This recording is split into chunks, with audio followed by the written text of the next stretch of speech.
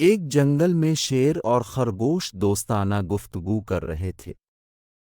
شیر جنگل کا بادشاہ تھا، جبکہ خرگوش چھوٹا سا مگر بہت ہوشیار تھا۔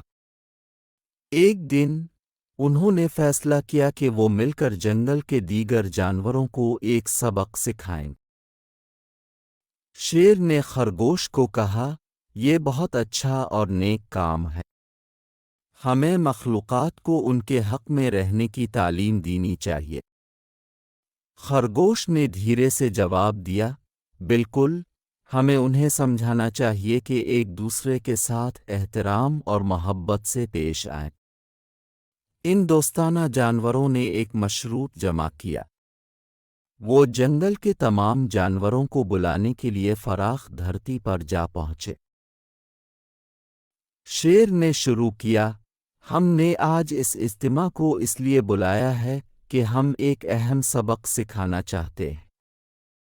ہمیں یہ سمجھنا ہوگا کہ ہمیں اپنے جنگل میں ایک دوسرے کے حقوق کی پرواہ کرنی چاہیے۔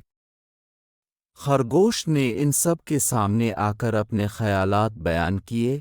ہمیں یہ سمجھنا چاہیے کہ ہر جانور کا اپنا احترام اور حق ہے۔